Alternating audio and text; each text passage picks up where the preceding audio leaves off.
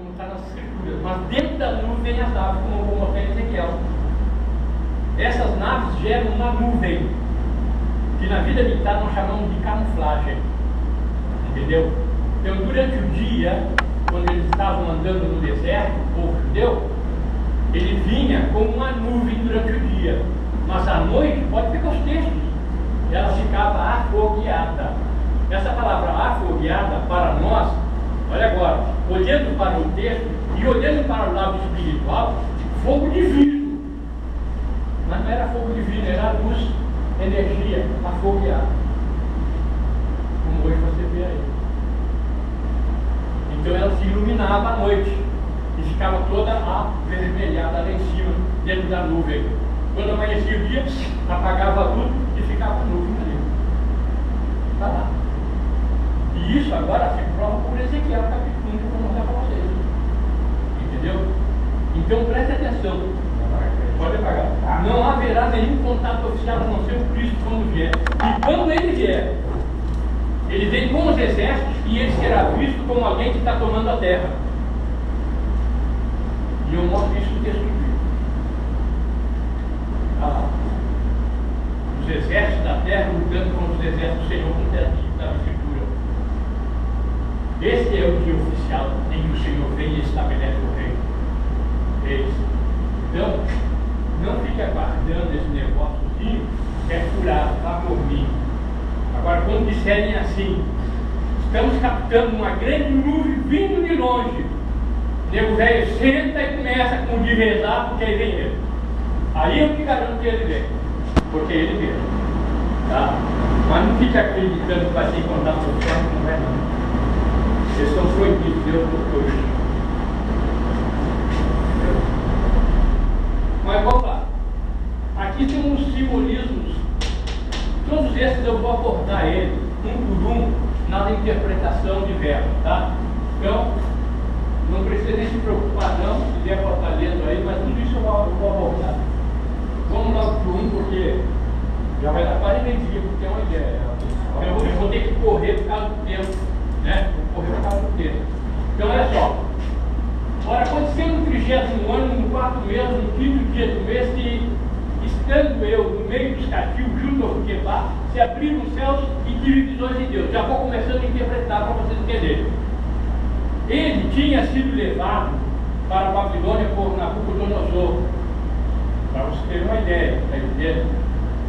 Em 596.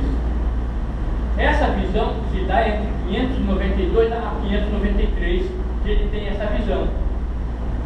Então, ele estava na Babilônia, Ezequiel, e ele se encontrava nesse dia junto ao rio Quebá. Esse rio Quebá é identificado como um desvio do rio Eufrates para a Babilônia, um aqueduto. E ele estava nesse lugar, e era noite, tá? Pescando, não sei, orando também não sei, mas ele estava ali, porque ele não disse o que estava fazendo. Então vamos lá. Se abriram os céus e tive visões de Deus. Por que ele disse abrir o céu? Porque imagine, naquela época, você sendo um deles, olhando para o céu, de repente a nuvem descer um negócio lá de cima. O céu se abriu para descer alguma coisa. Então ele usou uma coisa lógica. O céu se abriu, porque lá de cima desceu um negócio. Entendeu? E tive visões de Deus, por quê? Porque ele, quando já foi escrever o livro, ele disse que aquela visão era de Deus. Ele tinha certeza disso. Então ele teve visões de Deus. No caso, Deus ali é o Deus Jeová, tá? No 5º dia do mês, em que se completou o 5º ano do rei Joaquim, veio na verdade a palavra de Jeová ao sacerdote Ezequiel, filho de Buzi, na terra dos caldeus, junto ao rio Quebá. E aí esteve sobre ele a mão de Jeová. Para que serve a mão? Olha aí. É assim que você vai matar ele ali, entender ele. Para agarrar. A nave tinha o poder de agarrar a pessoa, botar dentro e levar. Então a nave servia como uma mão de Jeová quando botava ele dentro da nave e levava. Vocês vão ver isso na decorrência do texto. Toda vez que ele fala e estava ali a mão de Jeová, em Ezequiel, pode observar, a nave estava ali. Ele está descrevendo. Então vamos lá, vamos para a prova. A partir daqui começa a descrição. Olhei e eis um vento, eis que vinha do norte, do Aquilão, lá para lá da Rússia. Ele estava na Babilônia. Um vento tempestuoso, um vento barulhento.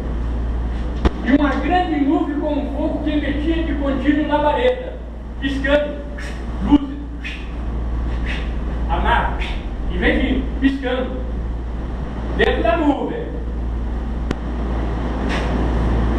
E a roda dela quem? Da nuvem. Um resplendor, olha aí, um brilho. E no meio dele, isso é, do meio do fogo, da luz, saía um brilho de metal. As Bíblias modernas agora, elas estão trazendo, lá no verso 1, no capítulo 1, verso 4, essa palavra aqui, antigamente, ela era electro. Depois ela passou para âmbar, que a maioria das Bíblias, se você abrir, é âmbar. Mas as Bíblias mais recentes agora, trocou o nome, é metal. Por quê? Porque essa palavra no hebraico, rasmal, era uma palavra pouco usada na época que Ezequiel usou. E houve grande dificuldade dos tradutores traduzir essa palavra. Só que eles agora descobriram que, na verdade, aquela palavra, a tradução correta é metal. Então agora vem provar cada vez mais o que eu venho falando, que Deus me mostrou. Ou seja, você não tem um carro? Imagine o seu carro, o vidro envolvido numa nuvem. E é à noite, e você vem com uma só luz acesa, e tu liga aquele piscador de alerta lá atrás. Olha aí, tá começando a entender? Então, agora eu vou voltar. A nave está dentro da nuvem, o metal é que projeta a luz. Olha lá. E você vai ver. Entendeu? Ele diz fogo porque ele está vendo aquilo como um fogo. A luz, ele não sabe. Entendeu? Mas com o tempo ele já vai identificar que não é fogo. Tanto está que vocês vão ver um texto na Bíblia que diz assim: Deus era no cume do monte como um fogo consumidor. Como um fogo. Não era fogo. Está lá, não está lá esse texto? Já leu? Na época dele, ele descrevia com fogo. Claro, era a linguagem deles. Mas não era fogo. Nos dias de hoje, com certeza, ele descreveu com todas as palavras. É, você está entendendo? Ele está descrevendo dentro da realidade dele. Entendeu?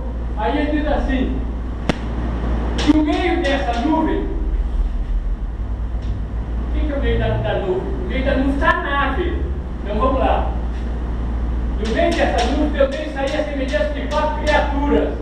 Ele está falando isso aqui, ó. 1, 2, do outro lado 3, do outro lado 4. Ele está descrevendo essa parte aqui. E essa era a aparência dela. E nela havia a semelhança de homem.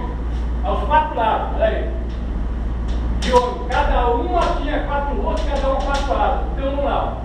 A aparência de homem aos 4 lados está aqui dentro. Cada uma, olha aqui, tinha 4 rostos. Ela tinha 4 rostos e 4 asas. 2 e 4. 2 e 4, todas elas. 4 rostos. Homem, leão, boi e águia. E daqui a pouco eu vou chegar. Quando for chegando mais embaixo, ela vai vir à tona e nós vamos entrar de volta. Mas ele está falando dos rostos ali, que cada uma tinha 4 rostos, homem, leão, boi e águia. Por quê? Porque é aquilo que eu falei para você. Simbolicamente, quando ela está viajando por esse piloto, vamos usar nossa linguagem moderna, o homem, o piloto, e ela está viajando para cá, está simbolizando ele voando como a águia, a criatura, vencendo os obstáculos como o leão, e possuidora de força. Quando essa aqui assumia o comando, os 4 símbolos vinham para ele, simbolicamente, porque ele estava fazendo isso agora. Quando era um milagre por cá. Por isso que cada um tinha 4 rostos, por isso que no hebraico é plural, querubins. Mas é uma nave só. Entendeu? Essa era a aparência, essa aqui eu já li. Verso 7 e 8. As suas pernas eram direitas, quer dizer retas.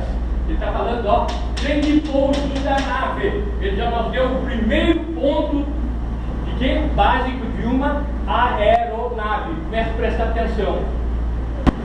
Eu entendi o trem de pouso, como sapatas, pernas de bezerro, ele vai dizer.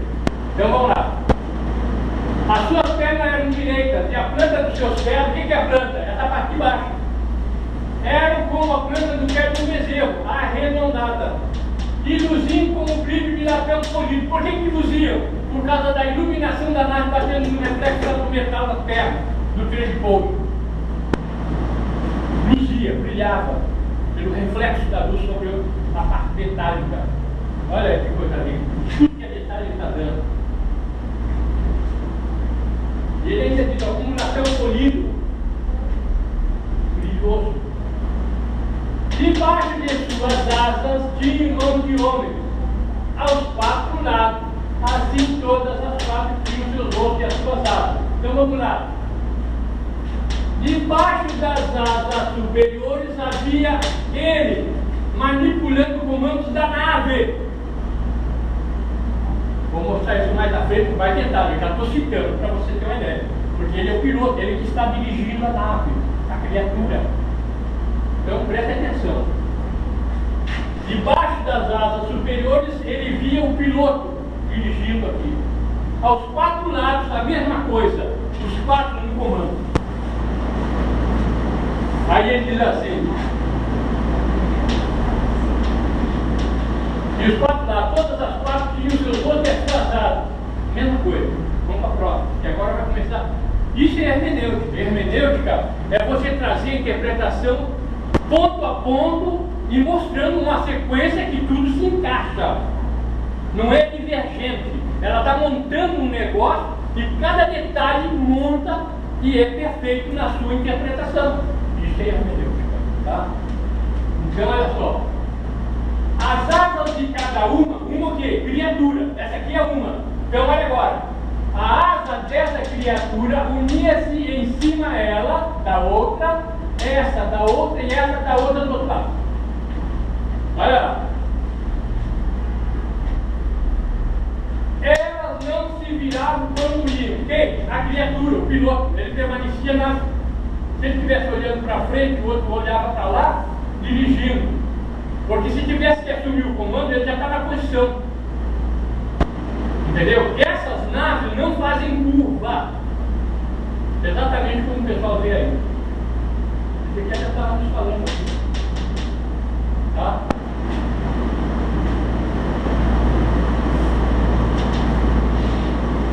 Quanto à semelhança de seus rostos, ó, a semelhança dos seus rostos que estava falando, tinha uma semelhança de homem. A mão direita tinha o rosto de leão, e a mão esquerda o rosto de boi. Também tinha o rosto de águia. Aí, por que ele usou o homem como referência? Para dar direita e esquerda. Por isso que a gente fica pensando hoje. Por que ele deu esse salto? Então, o que aconteceu? Faz de conta que a nave está descendo aqui. E eu sou o Ezequiel. Tá? E eu estou aqui olhando. Entendeu? Vamos botar para o lado direito para poder fazer. Faz de conta que eu estou assim, do meu lado direito. Né? Então eu estou olhando, porque a nave não desceu na minha frente. A nave desceu do meu lado direito. Eu sou Ezequiel agora para vocês entenderem. Tá? Só que quando a nave vinha vindo, eu fiquei prostrado, olhando aquilo. E a nave veio, desceu e eu fiquei olhando, mas eu fiquei olhando para a direita. Então quando eu olhei para a direita, e eu vou descrever os animais, ele diz assim: à direita do homem, ó, à direita do homem, um leão. À esquerda do homem, o boi. E também tinha o simbolismo da águia, porque voava. O que ele quis dizer? Olha agora. À direita do homem, ele falava da parte fixa da nave que vencia os obstáculos que ele via. Do lado esquerdo dele, que ele via, eram as rodas, que é o sistema de força que ele dá como boi. Que é o boi. Então ele está determinando que essa parte aqui é que ele vê vencendo os obstáculos. E a parte de baixo, e a parte das rodas, que ele chama de boi, é a força da nave. Foi o que ele identificou, que são os 4 símbolos. Simbolicamente é ali, entendeu? Aí ele diz assim: os seus rostos e as suas asas estavam separados em cima. Olha aí. O que é separado? Eles estão separados em cima. Tá? Ela não é uma peça única, há uma separação. Vamos lá, depois nós vamos ver o detalhe. Você vai começar a aparecer. Cada uma criatura tinha 2 asas unidas da outra. Vamos ver. Essa criatura tem 2 asas unidas dessa. Essa do outro lado e essa do outro lado. Aí. Ele usa a palavra asas porque ele vê aquilo ali, que hoje você vê no flapo de avião, só que o flapo do avião ele tem o quê? Aquele negócio para subir e para descer, né? Só que ali ela trabalha assim, ó. Nós vamos ver daqui a pouco. Não é como helicóptero que gira. Não, é assim. Tá? Nós vamos ver tudo com detalhe. Tá? Vamos lá. Os seus rostos e as suas asas participaram aqui em cima. Cada um tinha 2 asas unidas da outra. E 2 cobriram os seus rostos, os seus corpos. As de baixo cobriram os corpos deles. Entendeu? Então ele está dando detalhes que ele está vendo. E a cada uma que? Criatura, para diante de si, para cá, para lá, quando ordenado por ele. Daqui a pouco nós vamos ver isso tudo. Mas à frente, estou só dando um alô para quando chegar lá vocês começarem a observar, tá? Para onde o Espírito havia que iriam, não se virava comigo. Espírito, no hebraico, entendeu? Ele significa vento, sopro e espírito. E essa palavra é ruá, no hebraico. Então, essa palavra, quando você faz um estudo, você pega a Bíblia de Jerusalém, lá no capítulo 1, verso 1, diz assim: que o Espírito de Deus, a nossa Bíblia diz assim, o Espírito de Deus movia sobre a face das águas. Na Bíblia de Jerusalém, ele não diz Espírito. Ele diz: um vento de Deus movia sobre a face das águas. Aí você diz: ele está errado. Não está errado não. O tradutor optou por vento e não pelo Espírito. Porque a palavra ruá é os dois. Viram aí qual é o problema que pode dar de tradução errada? É esse que é o problema. Não é a questão do hebraico, é a tradução. Pode ter erros de tradução e tem mesmo. Estou dizendo para você. Erro de contexto de tradução. Tá? Então vamos lá.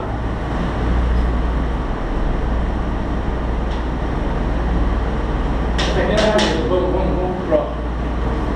Verso 13 e 14. Quanto à semelhança das criaturas viventes, quanto à semelhança. O que é semelhança? Parecido. A sua aparência era como a de brasas de fogo, como a de labaredas. Por que ele está falando? Deixa eu ver se eu explico para vocês. Um farol avermelhado, vou usar nossa realidade para vocês poderem entender. Um farol avermelhado, ele acende e fica vermelho. Mas vamos supor que esse vermelho desse farol, ele pode ficar assim e fazer assim. A luz dele aumentar. Então, para ele, parecia uma brasa quando pequena. E de labareda quando aumentava. Viram agora? O fogo movia-se entre as criaturas viventes. O fogo movia sobre as criaturas viventes. Olha que coisa linda que eu vou mostrar para vocês. Depois eu leio o resto. Por que ele está dizendo isso? O fogo, como eu acabei de falar para vocês, é luz. O que está acontecendo?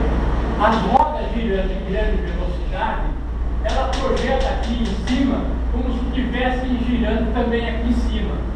Vou dar um exemplo típico para você. Um ventilador de teto aqui, ele girando assim, você pode olhar em cima, o que aparece? Girando em cima, a figura girando em cima. Você está entendendo? Então, as rodas, a ação dela girando embaixo, projeta na parte de cima dela, como se tivesse alguma coisa girando aqui em cima dela, mas na verdade não está não. Quem está girando é as rodas e projetando. Por isso que ele diz isso. Vai lá. O fogo movia-se entre as criaturas viventes. O que é as criaturas viventes? Essa aqui, a do outro lado. Entendeu? O fogo resplandecia. Brilhava. E do fogo saía um relâmpago, flash de luz.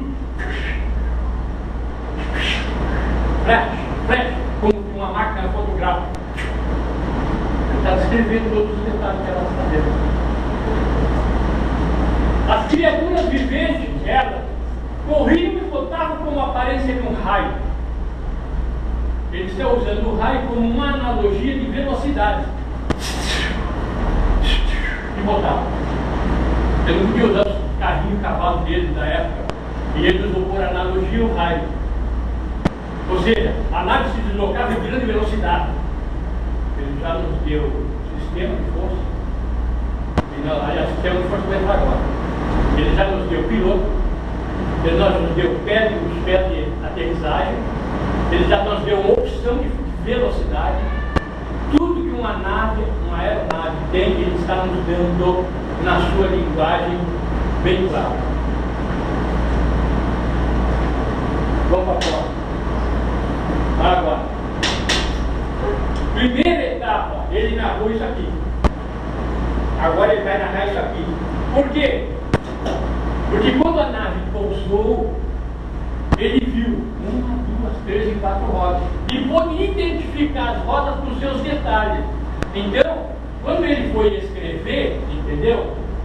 Ele teve vários contatos de visões sendo postos dentro da nave. Por isso mesmo, que agora eu vou botar o texto anterior, que ele diz que elas iam e vinham com a velocidade de um raio. Como é que ele pode falar um negócio desse? Só se ele teve vários avistamentos de fatos, para ele poder falar isso. Primeiro ponto para você ver que ele já teve visto várias vezes algumas coisas. E nós vamos ver mais em detalhes aí. Entendeu? Aí ele diz assim, ele vai descrever agora. Olha, enquanto eu estava olhando para as criaturas viventes, essa parte aqui, que ele estava vendo, eis uma roda sobre a terra. Ela parou de girar e ele viu a roda. Olha aí. Junto a cada uma das criaturas viventes aos seus 4 lados. Ele via as rodas aos 4 lados, em volta das criaturas. A aparência das rodas e a obra delas era como brilho de berilo. A obra dela, produzida por ela, era uma cor esverdeada. Vai servir para você que conhece um pouco da Bíblia. Quem for evangélico ou aquele que conheça bem a Escritura vai se situar agora. Na época do passado, eles não tinham essa nossa linguagem, vermelho, azul, verde. Eles não usavam essa linguagem. Na época deles, eles usavam as peças preciosas, semi-preciosas, o arco-íris, o fogo, o braço, para identificar a cor que estava ali.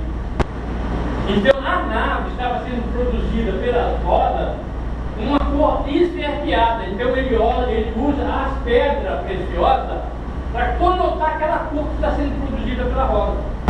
Viu como é interessante? Porque agora tu vai para o Apocalipse e tu vê a cidade de Deus com cada safira e aquelas pedras preciosas, e o cara está pensando que é aquilo mesmo.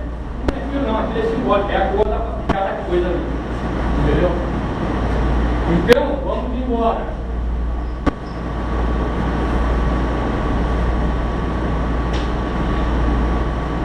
A aparência da roda era com berilo verde e era uma só, a semelhança das patas. Por quê? Porque as patas estão uma dentro da outra, estão fazendo isso aí. Daqui a pouco nós vamos ver.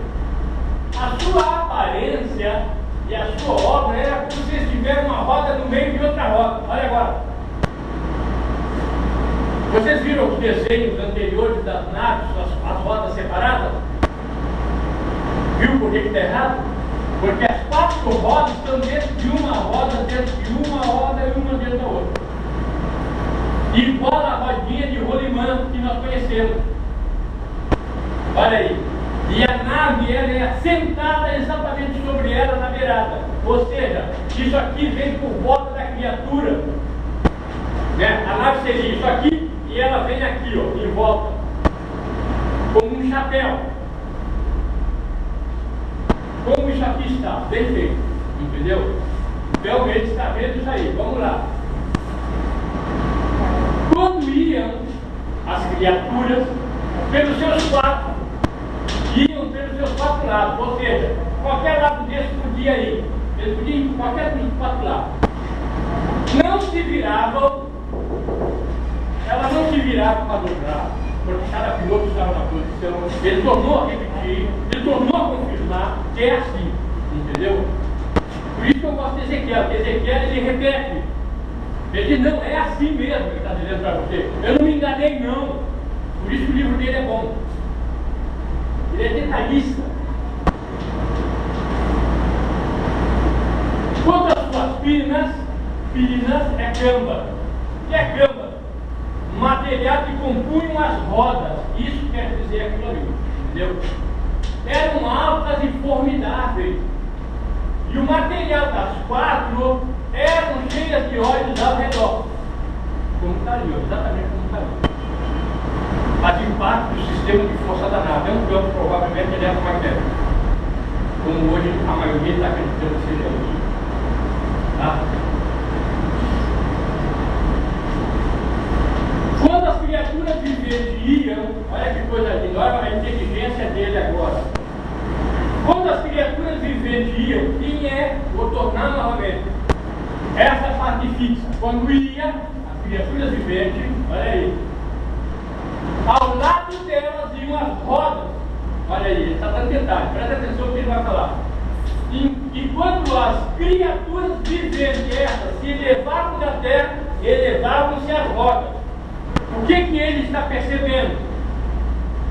Que quando aquela criatura, que é a parte fixa da nave, ela se levanta, vai voar, ela depende das rodas girarem para subir. Ele percebe, vocês vão ver. E aí ele vai dar um checkmate para nós entender o que é. Vamos para a prova. Para onde o Espírito havia de ir, ou havia de ir, iam. Não esqueçam que é vento também. Para lá tinha de ir o Espírito. A palavra Espírito aqui conota também, aqui, Deus. Porque ele vê ali aquilo como sendo de Deus. Porque Deus também está ali presente. Por isso que você vai encontrar vários textos das Escrituras. O Espírito de Deus arrebatou fulano de tal. Esse Espírito que está aqui não é o Espírito Santo. O Espírito Santo é outra coisa. O Espírito Santo só entra na realidade nossa só depois do Senhor Jesus Cristo fazer oferta pelo pecado. Aí sim o Espírito pode se chegar a nós. Espírito Santo. Esse Espírito que está em identificação é a nave. Eu vou botar para você vários textos assim. Ele identifica como a nave. E o Espírito arrebatou Elias. O Espírito arrebatou. Ele está falando da nave. Não está falando do Espírito Santo. E é físico, e não é espiritual. Então vamos lá. Quando aquelas iam essa. Quando aquelas paravam essa. O que quer dizer? Quando essa subia essa. Quando parava essa. Quando descia. Então ele inteligente, ele percebeu. Olha o que ele percebeu e vai nos dizer. Que é o óbvio, para nós hoje. Olha só. Porque o espírito da criatura vivente estava nas rodas. Ele nos deu o sistema de força da nave, o sistema motor da nave, que nós conhecemos assim. Ele percebeu que a nave só podia voar, a nave dele ali, quando as rodas giravam. Quando as rodas giravam, ela subia. Quando ela descia, a parte e as rodas paravam. Mas para subir tinha que girar. E ele, inteligente, observou o detalhe que está. Então o espírito que move essa criatura está nas rodas. Ele nos deu o sistema de força da nave. Olha que coisa linda. Nos deu o sistema de força. 22. Por cima da cabeça das criaturas viventes, o que tem por cima da cabeça das criaturas viventes?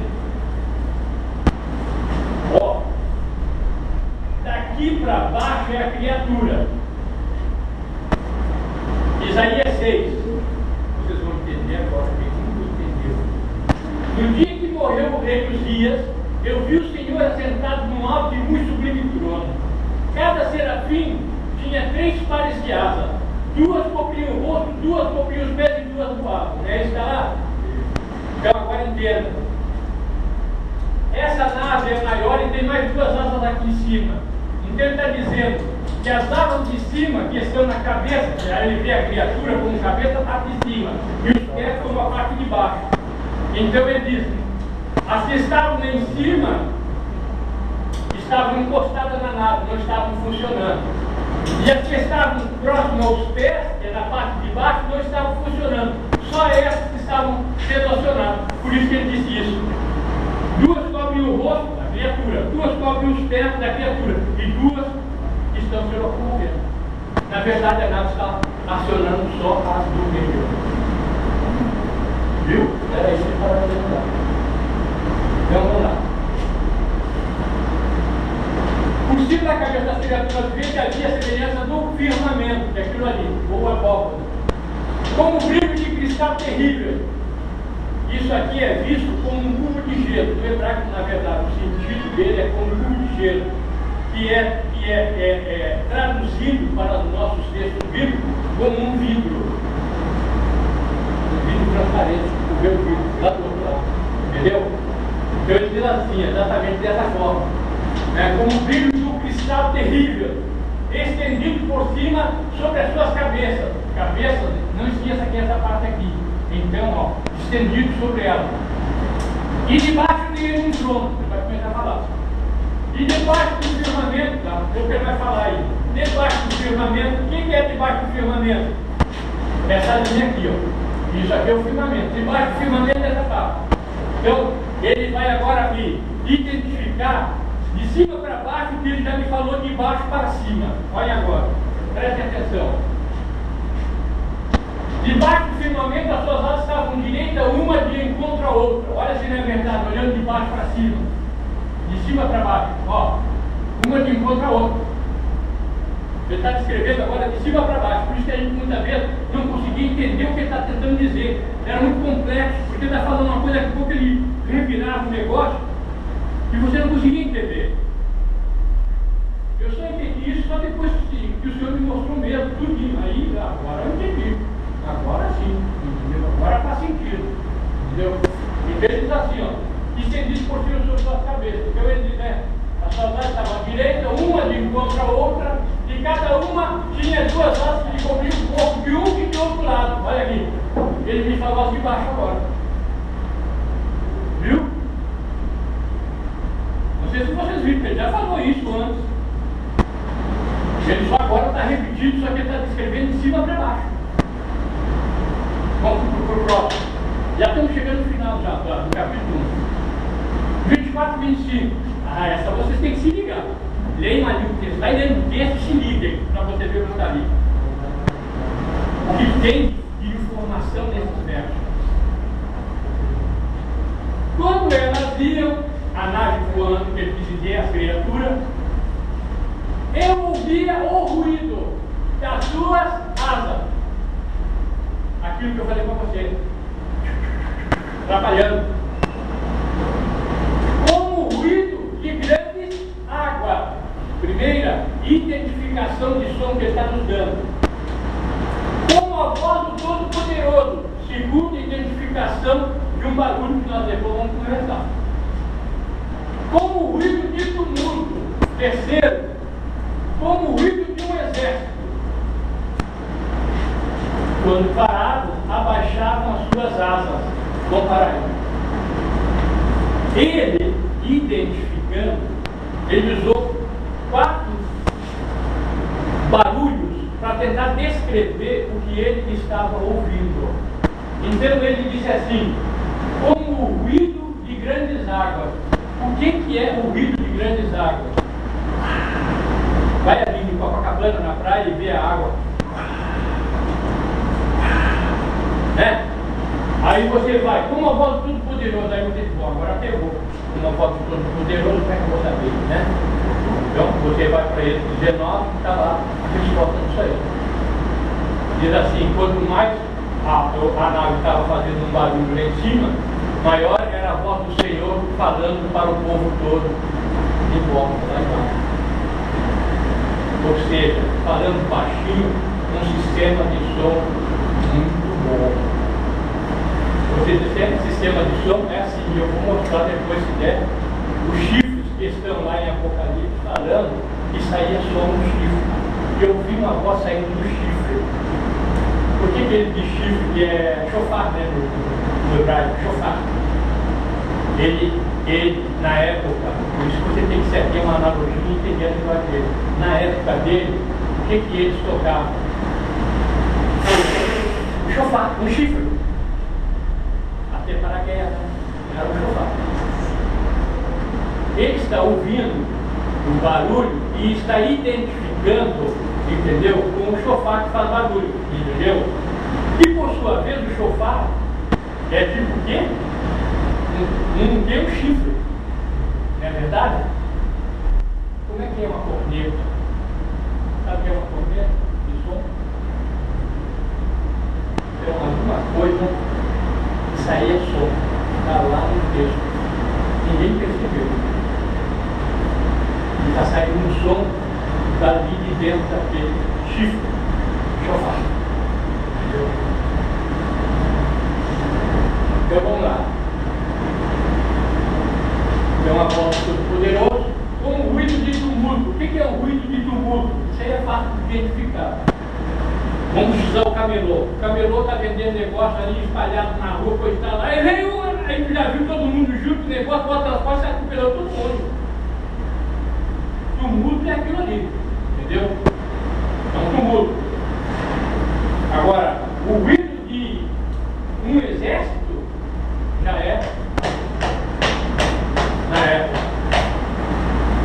Se você conhece esse texto, você vai associar agora e vai entender como é que na época os sírios que tinham cercado Samaria e eles estavam morrendo de fome e só tinha, se não me engano, 5 cavalos, para você ter uma ideia, era 5 ou 6, um negócio daí. E estavam morrendo à míngua. E o rei manda perguntar ao profeta, enviou um mensageiro, o profeta diz assim, e aí, o que o senhor vai fazer por nós? E ele disse, ó, amanhã, vai haver uma medida de comida para cada um. E o cara que ouviu, era o capitão, disse assim, que estava junto com o rei, disse assim, numa linguagem nossa, nem que a vaca custa. Falou na cara desse cara, falou na cara do profeta. O profeta veio e disse assim para ele, amanhã você vai. E outra palavra, ele foi atropelado na hora da divisória do que os sírios deixaram. Agora vamos aquilo ali. Na noite, os sírios viram por trás dele com o barulho de um exército.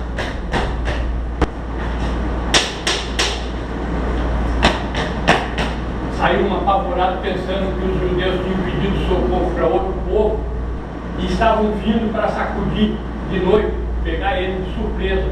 Eles abandonaram o barraco, a alimentação e saíram fugindo, batido. Aí no outro dia, tinha os leprosos que não podiam entrar na cidade, estavam morrendo de fome e diziam assim, ó, nós estamos fritos na nossa linguagem. Nós não podemos entrar na cidade. Porque não podemos. Já que estamos assim, vamos lá no sítio, lá, ver se a gente arranja um papá. Quando eles chegaram lá, comeram, beberam, que os filhos tinham se mandado. Bom, agora vamos lá avisar o pessoal que os filhos se mandaram. Aí veio eles e disseram que os filhos tinham se mandado. Aí eles foram lá constatar realmente os serviços e deixaram tudo lá. Aí foram dividir o despojo entre o povo família de Israel, e o capitão estava no meio para dividir. A fogo era tanto que atropelaram e mataram ele. Falaram no mesmo dia. E cumpriu o que o profeta disse, que você não vai ter isso. Tá? Então, para você ver. Um vídeo como um exército. Eles fizeram o vídeo como um exército pela retaguarda tornada. Eles ficaram assustados no vídeo. É só olhar no texto agora do mundo. Entendeu? Essas naves lutavam a favor de Israel. É mais texto que eu posso. Porque Israel tinha que sobreviver. Porque a vinda do Messias dependia dessa nação. O plano de Deus estava em cima dessa nação. Você tem que entender isso. Aí ele diz assim, vamos lá. Quando paravam, olha agora, quando paravam, abaixavam as suas asas. Por que abaixavam as suas asas? Olha agora na sequência lá do verso que está lá. Olha nisso que é. Olha aqui. Ouvia-se uma voz por cima do trono, esse que fala, que estava por cima das suas cabeças, da cabeça dos pilotos, os pilotos estão aqui embaixo. Eles ouviram uma voz falando para quem? Os pilotos desligarem a nave. Por isso que elas abaixavam as asas. Olha. Ele mandando, por isso que ele é o Senhor dos exércitos. Viu agora por quê? Porque ele é visto sentado lá em cima sobre todos os seus exércitos. Ele está à frente dele. Diz que ele é o mundo. Por isso agora que talvez você conheça um pouco mais esse tipo de evangelho que dá mais a isso, você consiga ler lá o salmista Davi diz assim: os carros de Deus são 20 milhares, milhares de milhares, e o Senhor está entre eles como em Sinai. O que ele te diz isso? Que o Senhor desceu com uma nave no monte Sinai. Está lá, tem claro. Deixa eu me arrepiar quando falo dos exércitos do Senhor, porque eu sei bem o que é. Então, vamos para a próxima, porque agora vai terminar.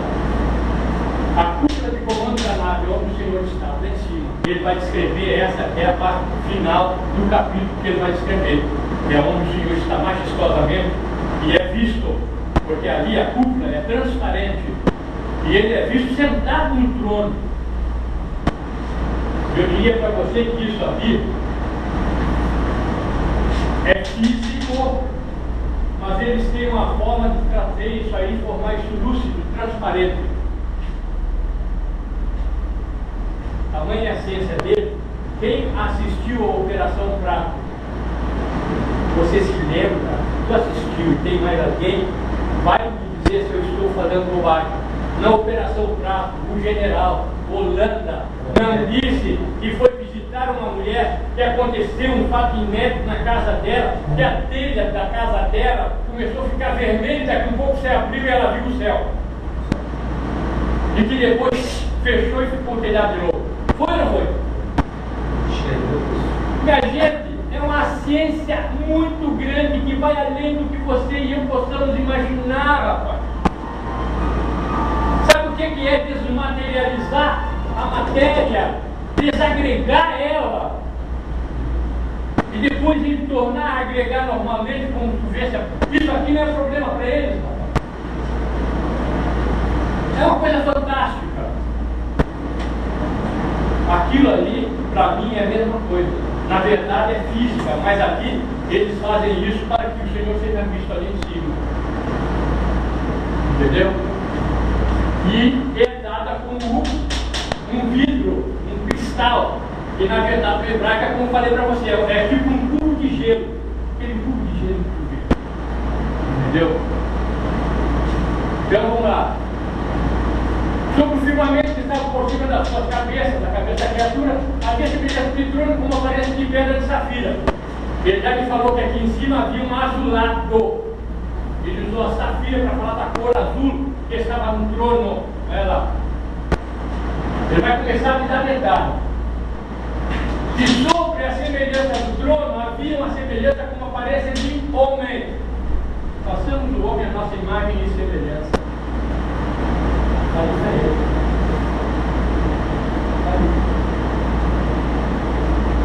Agora, Deus mesmo, quando você fala onisciente, onipresente, transcendente, imanente, causa primária de todas as coisas, nós estamos falando de Deus que é Espírito e que Jesus vai revelar. Vós nunca vistes nem ouvistes Deus. João 5,37, Jesus falando para todos eles lá. Aí vocês dizem, peraí, Jesus, ninguém deu aqui para você, Jesus.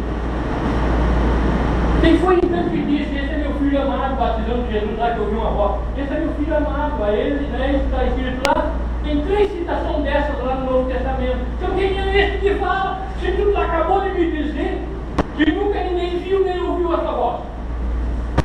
E aí, minha gente, olha a teologia para praticar. Você está entendendo? Porque Jesus veio, na verdade, revelar aquele que não pode ser visto por ninguém. Porque ele não está na dimensão da matéria e ele não é homem, não é mulher.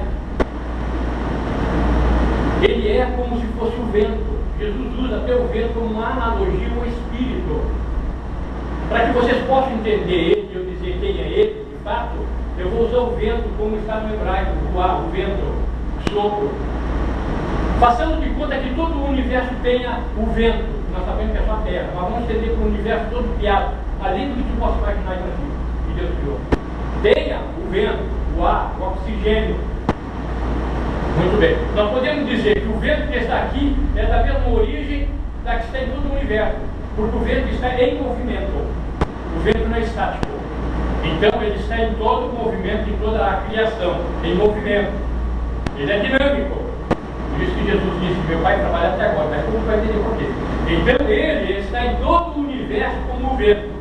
Muito bem. Como o vento, você não vê ele. Você não pode agarrar ele. Isso Jesus disse usando analogia para o Espírito. Mas você pode senti-lo. Você pode senti-lo. O que mostra que ele é presente, é real. Apesar dos nossos olhos não verem e apesar de nós não podermos abraçá-lo. Mas ele é um fato, ele é real. Ele está no nosso meio, nós podemos sentir isso. Então, muito bem. Deus é o vento. Então ele não tem forma. Por isso mesmo que ele sabe todas as coisas e todas as coisas estão sobre ele. Por isso que Paulo, no Areópago, pregando para os gregos, ele disse, porque nele vivemos, nos movemos e existimos. A gente presta atenção no que ele falou. Ele não disse que somos só judeus, não. Ele disse que toda a nossa criação, entendeu? Ele se faz presente. Independente de ser pecador ou não ser pecador, a centelha de vida vem dele. Vem dele. E está sobre todos. É ele quem apaga a centelha de vida de quem ele quer. Ele é soberano para isso.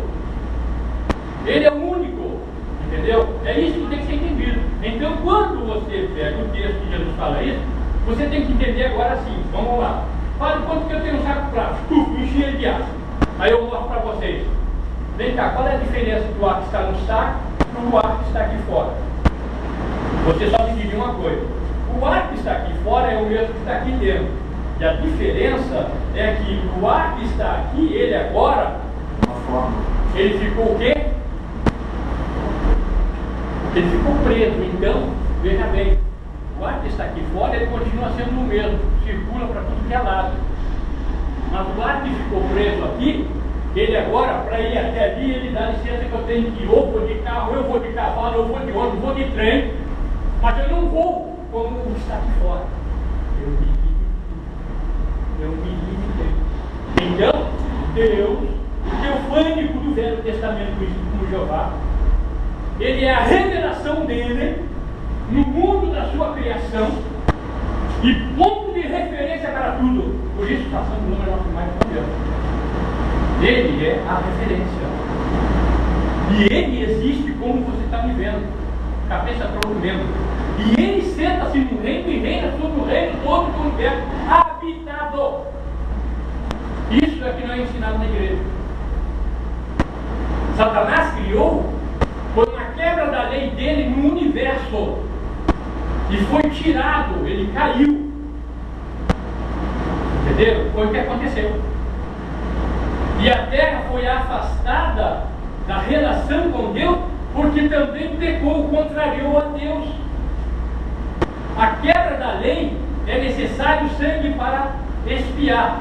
Por que tudo de sangue? Porque o sangue é que está na nossa vida. A vida está no sangue. A nossa vida está no sangue. Aí você diz assim, mas como é que é esse negócio? Eu custei aprender a descobrir. Você quando come, seu estômago fica cheio, o seu organismo trabalha e transforma isso em química e em energia. E abastece todo o teu corpo. Você está entendendo?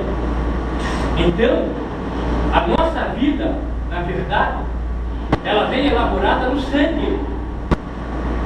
Porque é no sangue que o alimento se torna uma energia, uma química que vai para as células e dá vida. Você olha para o vegetal, você vê que ele da raiz, ele pega o suco, a seiva, e passa para todos seus ramos, suas folhas. É a mesma coisa que o sangue. Quer acabar com a vida da árvore? Arranca ela, tira ela da terra, só tira. Ela não. Quer matar você de fome? Não dá comida para ele, ele vai morrer. Então a nossa vida está no sangue. Então a oferta a Deus no altar pelo pecado era vida por vida. Então Deus estabeleceu naquela época uma lei imperfeita. Está bem claro lá no livro de Hebreus, que fala bem claro que era algo que era imperfeito, mas isso era até que chegasse o Senhor Jesus e aniquilasse aquilo ali. Está lá no livro de Hebreus isso aí. Então quando o judeu pecava, isso era só com o judeu. Os judeus eram únicos que tinham uma lei.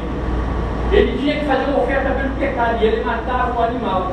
O animal, lá na oferta, o sacerdote pegava a goela do bicho no altar de Deus, o sangue, porque a carne não comia. O que interessava a Deus era o sangue. Até que o Senhor Jesus viesse, por isso mesmo. João Batista, quando viu Jesus, disse assim: eis o Cordeiro de Deus que tira o pecado do mundo. Ou seja, todo aquele sacrifício vai acabar, porque ele veio para fazer o sacrifício eterno e único e se tornar sumo sacerdote. Senhor, me perdoa, eu cometi um erro. É ele que vai fazer isso. Você não precisa mais. Jesus acabou com isso. Então aí você vai começar a entender o que está acontecendo. Para nós podermos entrar no reino, nós dependemos de Jesus. Sem Jesus, não vamos entrar no reino. Esse é o grande problema que o mundo tem que entender. Não é uma questão de fanatismo. É uma questão de testemunho de todo o Novo Testamento. Não só do papel do Senhor Jesus, como dos apóstolos, que dão testemunho disso, morreram dando a vida. Muitos perderam os seus bens. Será que isso não vale nada para o mundo? Será que as pessoas não percebem isso? É um testemunho duro para quando ele vier, e isso aí não serviu para vocês? Olha aí, enfileirando todos eles num dia. Só que eles morreram, só que não serviu para vocês? Você vai ser assim. Você não vai se justificar, não. Nem eu vou me justificar. Então, o negócio é sério. O negócio é sério. E isso é verdade. Porque quando ele vem, vai vir com os exércitos dele.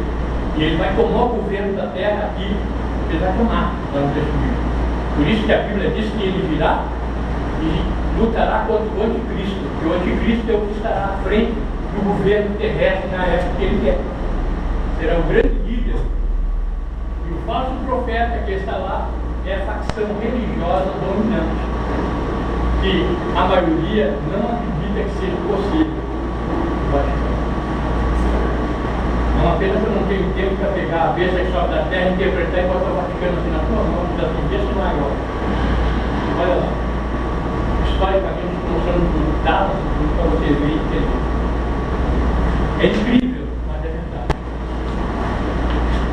Então, vamos lá. Olha aqui como é que ele descreve. Vi como um brilho de eletro, metal. Lá no verso 4 ele fala isso. Como a aparência do fogo por dentro em circunferência. Preste atenção, só um detalhe aqui. Olha agora. Você lembra que nós falamos que a roda girando fazia que houvesse circulando aqui alguma coisa?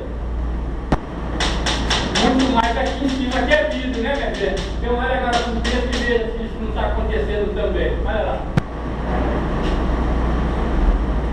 Como aparece que o fogo por dentro, em circunferência, lá em cima, aqui, também. Desde a aparência dos seus lombos daí para cima e desde a aparência dos seus lombos daí para baixo, viu uma como aparência de fogo. O que ele quis dizer na verdade? É questão de linguagem da época, por isso que você tem que se ater à realidade dele. Ele está dizendo, ó, desde aqui para cima, como desde aqui para baixo, tudo que aparecia era fogo sobre ele, era a luz em volta dele, uma luz vermelha, além de ter um azulado. Você viu, havia mais cores ali, só que o vermelho ofuscava também lá dentro, projetado pela roda e ela que tinha um vermelho. Então fazia aquelas rodas assim, projetava para cima, e lá em cima onde está o Senhor aparece como um vidro, tendo algo assim rodando em torno dele. Deve ser uma visão fantástica que ele viu, entendeu? Ali. Pelo que eu vi, tá? Com isso. Eu vi. Uma coisa fantástica, uma coisa realmente. Eu não tomei tanto susto porque eu estou numa época diferente, quando eu não tinha mais nada. Mas imagina ele. Imagina o cara que nunca viu nada disso aí. Agora, vamos para o próximo que a gente vai ver tudo e a nave todinha aqui, ó, certinho. O comandante, o piloto, já vimos a força, já vimos o trem de pouso, já vimos velocidade. Meu Deus do céu, vimos não. Verso 28. Como a aparência do ar que se vê na luz do dia de chuva, assim era a aparência do resplendor em roda. O que é o arco íris? Várias cores. Ele via várias cores ali. Por quê? Porque ele já me falou também de um verde, ele já me falou de um azul, ele já me falou de um vermelho, né? Então ele está vendo ali várias cores. E ele está vendo, e ele está descrevendo como que o arco-íris, entendeu?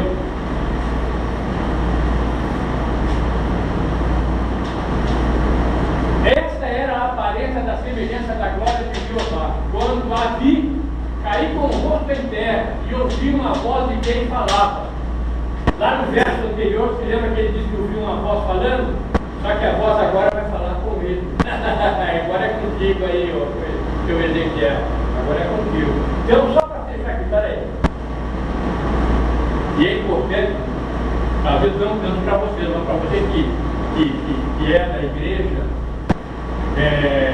alguém pode dizer assim para você: ah, mas Ezequiel não viu a glória de Deus, porque está escrito aqui, ó. Era a aparência da semelhança da glória de Jeová. Então, não era a aparência do Ezequiel.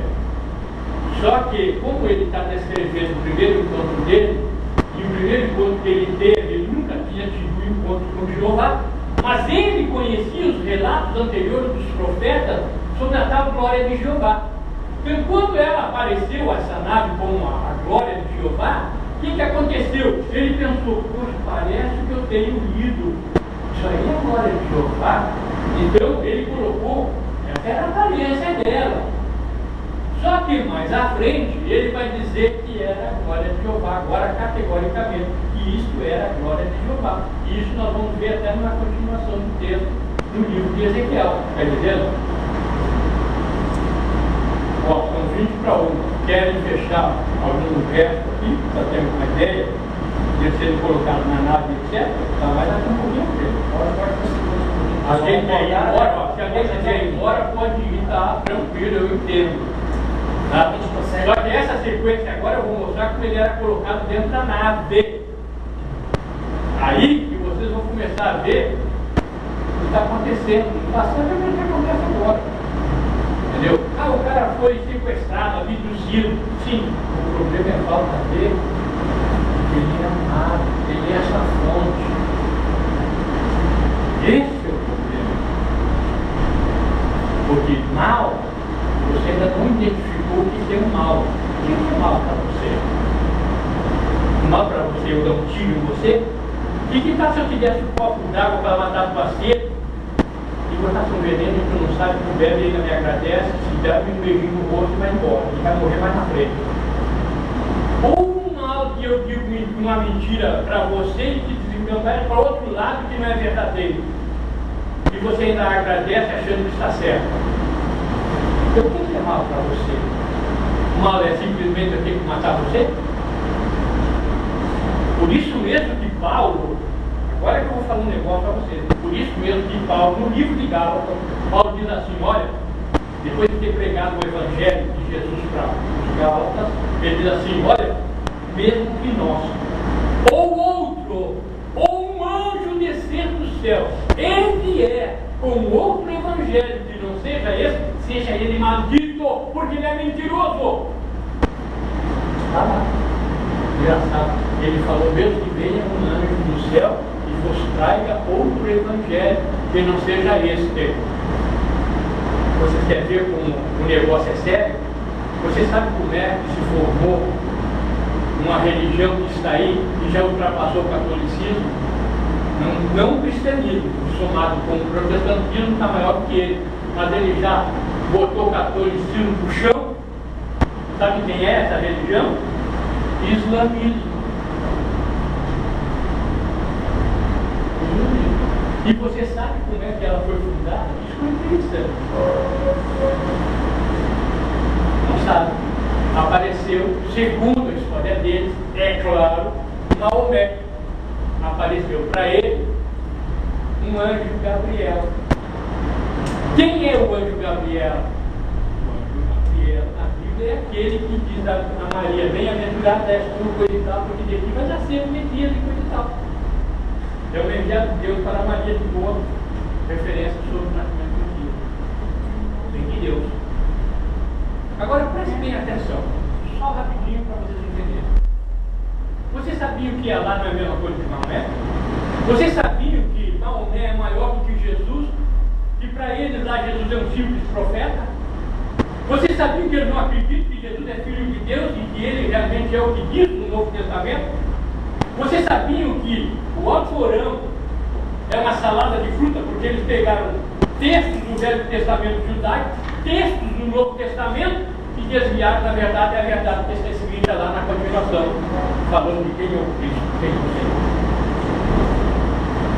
Então, vieram um anjo do céu, olha lá o que aconteceu, e vos trouxeram o Evangelho que não seja esse que nós temos falado para você, seja ele maldito, então vai para lá. Eles estão contra, na verdade, o Cristo enviado pelo Pai. A solução dos nossos problemas que está na mão do Senhor Jesus, que ele foi dado pelo Pai, ele é o nosso advogado. Você está entendendo? Entendeu? Então, preste bem atenção. Satanás é astucioso. Quando nós falamos que Satanás é astucioso, ele é astucioso porque ele pode te matar com uma aparente verdade. Mas não é verdade. Então você tem que ter cuidado. Não é questão de fanatismo, é pé no chão. Isso aqui, ó, fanatismo não leva a lado nenhum. A própria Bíblia diz que o culto a Deus é um culto racional, não um culto de maluco. Não é culto de maluco, não. O culto a Deus é um puro racional, com os pés no chão e sabendo o que está fazendo. Então aqui nós temos. Põe um outro aqui rapidinho, que eu quero só mostrar um detalhe para ele aqui, para vocês verem. Para frente. Olha. Isso aqui é a sequência, tá? Logo no início da sequência. Estou trazendo em ordem. Logo a seguir, ele diz: eu ouvi uma voz que ele falava. Aí fala para ele assim: e essa voz me disse: ó, filho do homem, põe-te sobre teus pés e falarei contigo. Agora mudou, agora é comigo. Então o que está acontecendo? Deixa eu explicar para você para quando chegar ali. Ele está perplexo, olhando aquilo ali, e está assistindo tudo. Aí de repente diz: ô, quero falar contigo. Aí ele caiu em si. Agora é comigo. Põe-te em pé.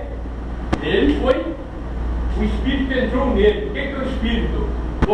A vida reentrou nele, porque ele estava certo. Já viu pessoas quando são atropeladas e outras ficam aqui e não saem do lugar, também não ajuda, né? Tem que ter um pulão nela. Vamos lá ajudar, né, gente? Ela parece que ela fica hipnotizada. É o que estava acontecendo com ele. Então Deus disse: põe-te em pé porque eu quero falar contigo. Aí ele caiu em si. Aí ele ficou em pé. Então o Espírito entrou nele. Quer dizer, reanimou ele novamente e ele ficou em pé para ouvir o que ia falar. Então ele diz assim. Porque aqui na sequência não está. Está 2:1, aqui já está no capítulo 3. Então, é porque eu estou adiantando, mas depois vocês podem olhar lá. Tudo que eu vou falar está encaixado ali. Aí ele começa, de 2:1 a 3:1, Deus começa a falar para ele, Ezequiel, que ele ia ser um profeta dele lá na Babilônia, para o meio do seu povo. Ó, e tudo que eu te mandar dizer, tu diz como eu estou dizendo. Tá? Então ele vem falando tudo. Aí ele diz assim no final, aqui é o final. Vai ter com os do cativeiro, com os filhos do teu povo, e fala que eles, com eles lhe dizem: assim diz o Senhor Deus, quer queiram ouvir, quer não queiram, mas tu tem que falar. Aí, tudo aquilo que ele tinha falado está antes, que eu omiti, porque senão a gente ia ficar. Então, um estudo não dá para você querer botar o capítulo inteiro. Aqui eu tenho que pegar e narrar assim. Então, aqui acaba a conversa do Senhor. Da descida da nave, e ele viu que o Senhor fala com ele. Bem-vindo até mim. Então aí diz assim: olha agora. Então o Espírito me levantou e eu vi por detrás de mim. Se o Espírito levantou ele, onde é que ele está? Dentro da nave. Presta atenção. Olha lá. E eu vi por detrás de mim a voz de grande estrondo, uma voz forte, que pode ter sido por um sistema de som. Dizer: bendita seja a glória de Jeová desde a sua morada. Provavelmente quem fala isso é um dos pilotos. Eu te digo isso porque se eu te levar para Apocalipse 4, eu iria montar isso no carro. Tá? Então, aqui, ó, eu ouvi o ruído das asas. Ele está lá dentro agora, então ele está ouvindo as asas. Ó. Aí ele diz assim: o ruído das criaturas viventes quando tocavam uma na outra. E o ruído das rodas ao lado delas, ao lado da criatura. E o ruído de grande estrondo. Você viu a Operação Prato quando o coronel falou da nave que apareceu a menos de 100 metros no rio Amazonas, não foi? Não foi? Ele diz assim: uma nave de 100 metros. 100 metros. 100 metros são 33 andares, meu filho. Olha aí para botar na cabecinha.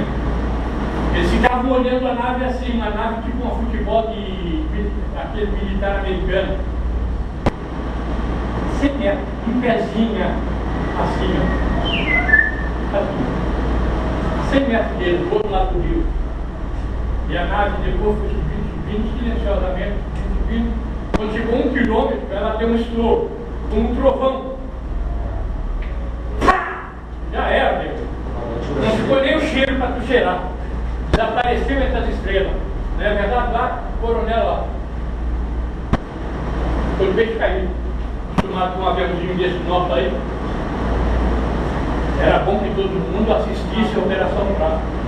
Levou muita operação revelada, oficial da aeronáutica. Oficial entre aspas, porque eles estão mantendo tudo para não dizer que é verdade, apesar de terem revelado já papéis. Mas não revelaram nenhuma filmagem de naves que eles fotografaram, filmaram. Eles só mostraram o conteúdo escrito. O governo falou para ele suspender as operações e o coronel continuou, conta própria. Pois é, eu assisti a Operação Prato? Pois é, ali, rapaz, o negócio é sério, rapaz. Então vamos lá, ó, eu não ia nem falar do coronel, mas o coronel não. Vamos lá. Vamos lá. Vamos lá. Então, vamos lá. Então o Espírito me levantou, quer dizer, porque ele levou, eu ele. Aí ele diz assim, eu vi o grito com esse pai de grande estrondo. Verso 14, olha agora. Assim me levantou o Espírito, e a nave me levantou, entendeu? Projeta uma energia de luz e bota ele lá dentro. Isso aí nós vamos ver daqui a pouco, no capítulo 8 aqui. Claramente. Aguenta aí que tu vai ver. E fui amargurado na indignação do meu espírito, e a mão de Jeová era forte sobre mim. Por que a mão de Jeová era forte sobre ele? Porque a nave agora ele estava lá dentro. Deus não falou ali, Deus não falou assim, meu filho, vem cá, quer vir aqui, entrar aqui comigo, que eu vou te deixar em tal lugar? Deus não fez isso lá não. Deus simplesmente pegou você dentro e foi e levou ele. Por isso que ele está ali, entendeu? Com medo, e ele diz, e a mão do Senhor é forte sobre mim. O que é a mão? Mão é aquilo que agarra, que leva. E a nave tem esse sentido. A mão do Senhor, a nave, está me levando. É o que está dizendo ali. Entendeu? Então fui até Tel Aviv. Tel Aviv era o lugar onde estavam na Babilônia os outros judeus que tinham sido levados para Nabucodonosor, está dizendo, prisioneiros. Ao lugar onde eles estavam dentro do cativeiro, os pais habitavam junto ao rio Quebar. E por 7 dias que eu sentei-me ali a fome no meio dele. Ou seja, depois dessa experiência que ele teve, ele passou 7 dias assim a todos com tudo aquilo que ele vivenciou. Ele saiu, na verdade, assim, como a gente diz, ele saiu da realidade dele. Porque ele entrou numa realidade totalmente diferente. Entendeu? Uma coisa, presta atenção, uma coisa é você falar de Jesus. Outra coisa é Jesus aparecer agora para você, meu velho. É diferente. Ele ouvia falar da glória de Jeová pelos profetas. Outra coisa agora é a glória de Jeová descer dentro de você. E quando aparecia, todos eles tremeram na base e desmaiaram. Todos eles, desde Daniel até João. Então caiu como um morto. Está lá, todos eles tremiam diante dessa visão. Visão não era espiritual. Porque visão, ela pode ser espiritual e pode ser física. Entendeu? Então no nosso meio evangélico tem gente que não sabe distinguir uma visão espiritual de uma visão física, literalmente física. E isso aqui é físico. Vamos para o próximo aqui, rapidinho. Bota o próximo. Vai aqui. Presta atenção que coisa linda agora. Você vai ver agora a telepatia. Vocês vão ver telepatia agora. Agora você vai se lembrar de Paulo, quando ele viu aquela luz forte do sol, né, no meio-dia, e que ele caiu prostrado, caiu do cavalo, Caminho de Damasco. caminho de Damasco, e que os outros viram Paulo falando, mas não viu com quem Paulo falava. Não é verdade? Isso é telepatia. Para mim, vou te mostrar agora isso aqui. Olha agora, vamos lá. Passados 7 dias, veio a palavra do Senhor, de Jeová, dizendo: Filho do homem é ele. Ezequiel. Essa palavra filho do homem é que Jesus diz: Eu sou filho do homem. Texto do Novo Testamento. Referente a isso aqui. Filho da terra. Eu te dei por Atalaia, profeta, a casa de Israel. Ouve, pois, da minha boca a palavra e avisa-os da minha parte. Tu vai dizer tudo isso que tem que dizer. Aí no final, para poder fechar, ele vem e diz assim: todavia, se tu avisares o justo, para que o justo não peque, vai que o justo vai pecar, e eu digo assim, vai lá e fala para ele, não faça isto. E ele não fizer, tu salvou a filha dele. Isso é criatura. Mas se tu não for avisar, você vai ser responsabilizado. Olha lá. O profeta não era agora passado. Olha agora aqui. O justo não peca, ele não pecar, certamente viverá. O justo viverá, porque recebeu o aviso e tu livraste da tua alma. Aí ele vem e diz agora no 22: a mão de Jeová estava ali sobre mim. Então vamos parar aqui, para você poder entender, porque a pessoa ali muita gente não percebeu. A nave veio e ficou parada em cima da casa dele. E dali Deus começou a falar aquilo que tu viu lá em cima. Passado certo dia veio a palavra de Jeová dizendo: filho do homem, eu te dei por Atalaia a casa de Israel. Ele está falando ali, ó, telepaticamente com ele. Presta atenção, vai olhando agora para o texto. Vai lá. Eu te dei por Atalaia da casa de Israel. Ouve, pois, da minha boca a palavra e aviso da minha parte. Aí ele vem depois e diz: aquilo que está fez. E vai fechar o que ele estava conversando telepaticamente. Aí ele diz assim: e a mão de Jeová estava ali, sobre mim, estava ali. Olha lá. Sobre mim. Olha o que vai acontecer agora. E me disse: levanta-te, sai ao vale e lá falarei contigo. Já não estava falando? Ele estava falando. Só que ele disse: eu quero falar contigo agora, sim, verbalmente, cara a cara. Vai, desce lá, porque eu quero falar contigo agora. Aí, olha o que vai acontecer com o texto. Olha aqui. Então me levantei, olha aí. Significa que ele estava prostrado. Para saber que ele se levantar é porque ele está prostrado. E saiu o vale. E eis que estava ali a glória de Jeová, como a glória que vi junto ao rio Quebar. Viu como ele não fala mais semelhança? É a glória mesmo. Olha aí. E caí com o rosto em terra. Olha lá. Primeiro a palavra apareceu e falou com ele: para aí, desce ao vale porque eu quero falar contigo lá. Aí ele então desceu ao vale e a nave desceu. Pode olhar comigo, não tem como correr. Ele deu para ver agora desce, porque tem que ser feito. Não estava aqui a jogar. Vamos lá.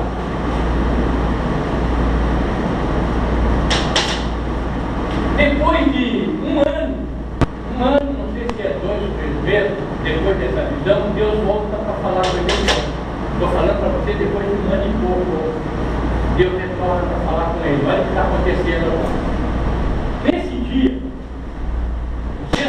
no sexto ano, no quinto, não se esqueça que foi no quinto ano do rei, aqui é no sexto, significa um ano depois. Aos 5 dias do mês, estando eu sentado em minha casa, no caso lá na casa dele, olha agora, e os anciões de Judá sentados diante de mim. Quem eram os anciões de Judá? Eram aquelas pessoas, anciões, as que julgavam o povo, entendeu? Lá onde eles estavam, entendeu? Então, a elite responsável pelo povo estava lá na casa do profeta para saber alguma coisa. E nesse dia Deus veio na cidade, senta e pegou ele na cara dele todo e levou ele. Olha agora. Aqui.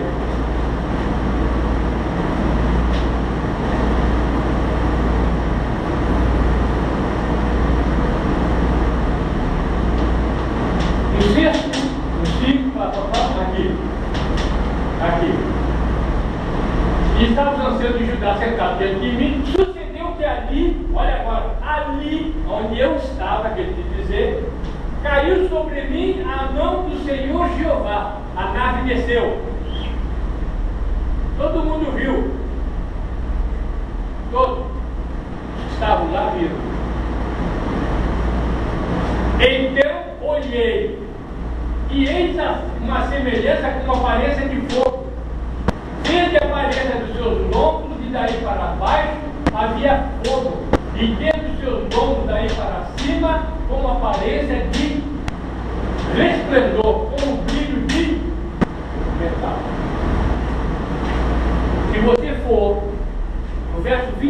6, que nós acabamos de ler há pouco, ele disse que Jeová lá em cima havia daqui para cima fogo, daqui para baixo era fogo. Estão lembrados do que eu falei? É a mesma coisa que ele está citando aí. O que ele está citando aí? Ele não está citando aquela nave grande que eu mostrei para vocês. Ele está mostrando ali uma nave pequena, translúcida, tipo um vidro que todo mundo vê, dá para ver quem está dirigindo ela, e que foi e desceu, pegou ele, botou ele dentro e levou ele até Jerusalém. Ele estava na Babilônia, levou ele a Jerusalém. Muitos milhares de quilômetros ali. Levou na nave.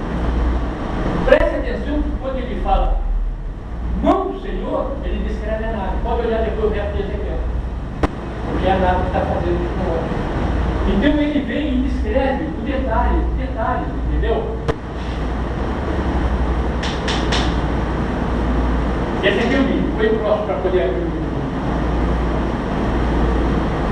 E estendeu a forma de uma mão. Não era mão. No entendimento dele, olha agora, para alguém levantar alguma coisa tem que ser com uma mão. Ele não tinha um guindaste, tá bom? Hoje você podia levantar com um guindaste. Mas na época, a ignorância deles era essa realidade, que a mão é o que tem o papel de levantar, de pegar, entendeu? Então ele disse que alguma coisa semelhante à mão o puxou pela trança das suas cabeças. E o judeu, eles têm umas trancinhas, não sei se você já viu, aqui atrás. Até Jesus tinha essas trancinhas. Isso é judaico, é típico dele, entendeu? Então, ele diz assim: e tomou-me por uma trança da minha cabeça. Por que ele diz isso? Porque ele foi pego e suspenso para cima, provavelmente com absoluta certeza, pelo que nós vamos ver ali no texto. E não foi uma mão, foi algo como que uma energia projetada que ele foi subindo. E ele está usando a mão, como é que ele vai descrever que ele foi levado para cima, se que não foi por uma mão, por algo assim? Então ele diz como algo com uma forma de mão, entendeu? E isso vai ser bem identificado agora na sequência do que ele vai falar. Observe bem, olha agora. E o Espírito, a nave, me levantou entre a terra e o céu. Você conseguiu entender o que ele quis dizer ali? Ele quis dizer o seguinte, eu vou dar uma ideia para vocês. Que a nave deveria estar, digamos assim, uns 15, 20 metros acima dele, entendeu? De repente até mais. E ela projetou uma luz e ele foi subindo. Entre a terra e o céu, ele foi subindo até entrar dentro da nave. Ali dá para ver que não é uma mão. Ele foi levantado para cima, foi levado, tal como o Senhor Jesus Cristo quando ele foi morto. Lá em Atos dos Apóstolos diz que Jesus foi elevado às alturas e uma nuvem ele recebeu. A nuvem era a nave dele. E ele foi elevado, não se ele levou. Português. Significa que algo o levantou e o levou. Ele mesmo não subiu. Olha o texto que eu vou deixa ali. Mesma coisa, entendeu?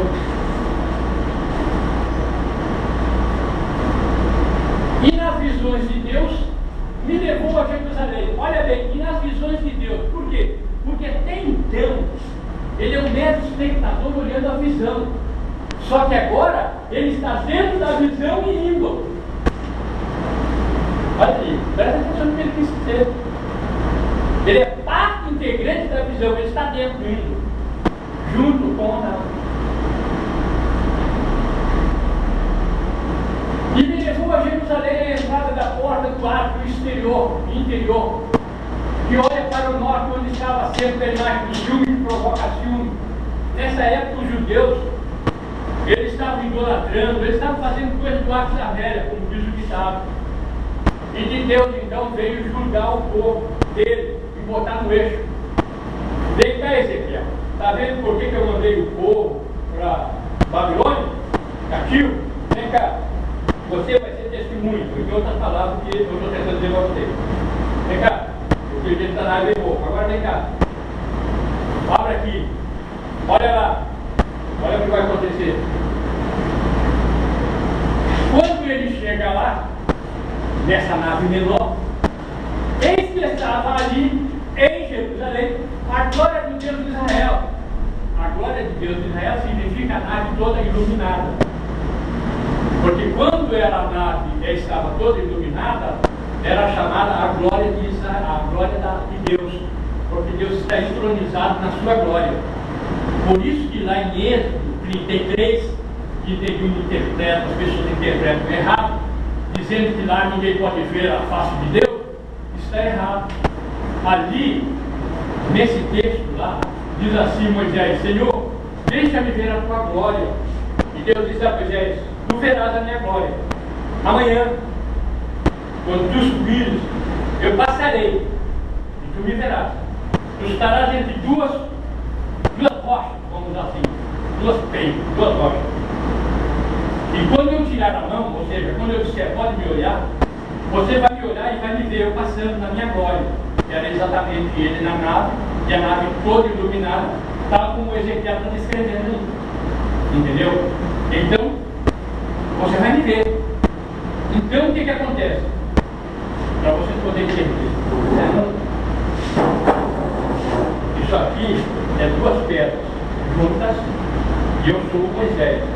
E o Senhor está vindo de lá, e vai passar aqui. E eu estou aqui querendo ver. E o Senhor vem. Mas eu ainda não posso ver, porque a proporção que ele está vindo de lá para cá, presta atenção. Ele está se aproximando de mim, não está? Está se aproximando de mim. Então eu não posso. Quando ele passa daqui de mim, ele tira, na verdade, ele diz assim, pode olhar. Então eu Moisés, olha da rocha, eu vejo o Senhor passando e o vejo pelas costas. Por que isso? Por que ele diz que ninguém pode ver o que não morra? Por causa que ele, para ver o Senhor de perto, andando na sua glória, na sua nave, ele seria atingido pela força da nave e radiação que ela está emitindo. E para protegê-lo, então, ele ficaria entre as rochas. Igual a bomba nuclear, quando faz, o que acontece? Tem que proteger. Então, ele ficou nessa condição. Então, quando o Senhor passou, que aí está se distanciando dele, então foi dito para ele, pode olhar. Então ele viu o Senhor andando na sua glória, na nave, mas viu ele de costas. Ou seja, ele andando para frente, e ele aqui olhou as costas e viu o Senhor andando na sua glória. Porque glória é a nave iluminada, na qual o Senhor aparece magnificamente na época, e eles chamavam a glória de Jeová. E isso só se dava normalmente à tardinha para a noite, quando a nave vinha iluminada, quando você acende a luz. E era exatamente quando Deus sempre se manifestou. Deus, desde o jardim do Éden, sempre aparecia ao entardecer para visitar Adão e Eva no jardim do Éden. No entardecer era que começava o dia. Começava a escurecer. Você está entendendo? E todas as manifestações de Deus, mais de 90%, todas elas é de noite de madrugada. Raras são os textos na Bíblia que foi em dia, como é o caso de Sodoma e Gomorra, quando ele veio para destruir. Mas se você prestar bem atenção, os anjos chegaram lá quando tinha luz. Mas só saíram de lá na madrugada, lá no texto. Porque na madrugada o Senhor, com seus carros de guerra, acabou com Sodoma e Gomorra lá de cima, com o alto semelhante. E a própria narrativa do vê bíblico é a mesma coisa que aconteceu quando jogaram Nagasaki aqui. Nagasaki, o efeito devastador e tudo. A mesma coisa do que está descrito lá. Então vamos lá. Ali ele disse isso aí. Agora olha só. Aí eu pulei para o 9. Por isso você tem que ler depois o verso para você poder entender. Por isso que eu vou pegar eu não ia dar. Eu estou dando a parte mais importante. No capítulo 9, 1, ele pega e manda 6 homens, que seriam o mensageiro dele, que nós chamamos de anjo na nossa Bíblia, para matar a população toda judaica. Todos aqueles que estavam quebrando a lei. E eles tem a missão aqui.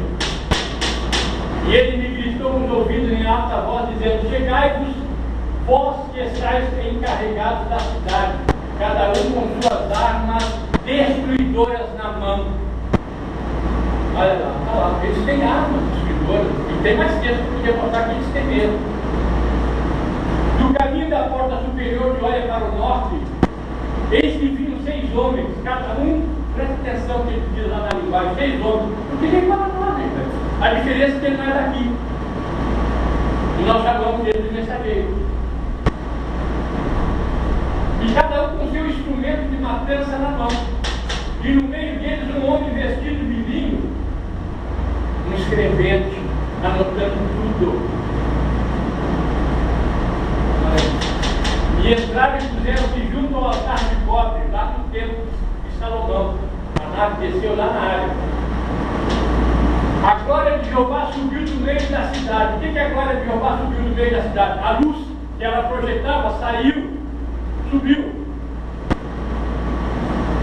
E se pôs sobre o monte que está ao oriente, ou seja, a nave iluminada saiu e se projetou no monte que está ao oriente. Sabe qual é esse monte? Das Oliveiras, onde Jesus também esteve. Entendeu?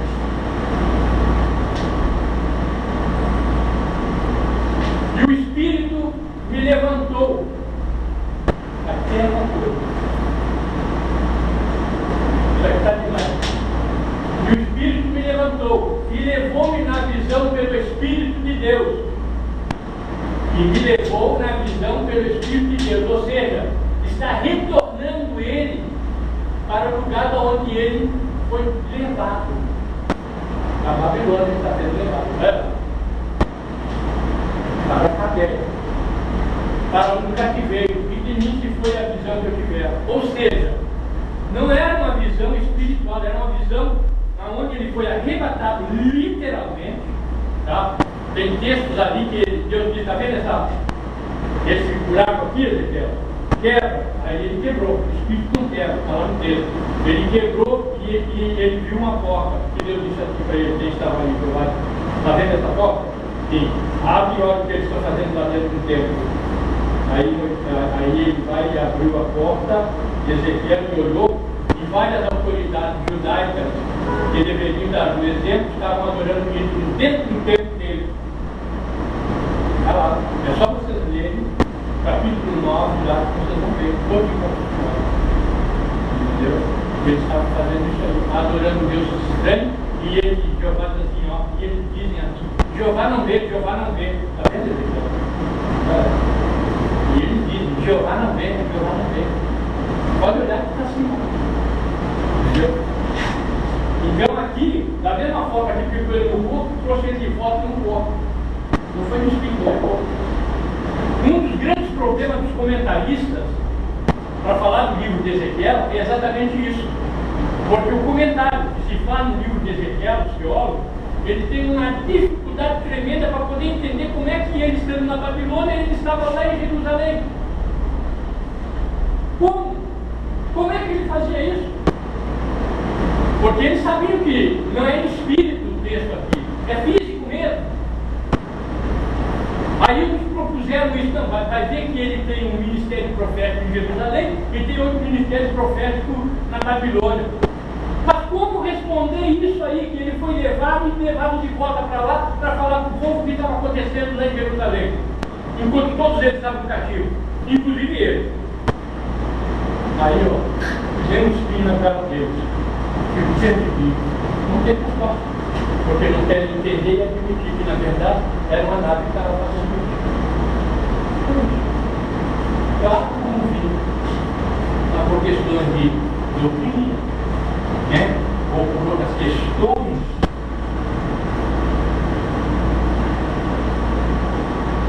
Qual é a próxima aí? Deixa eu ver o que é.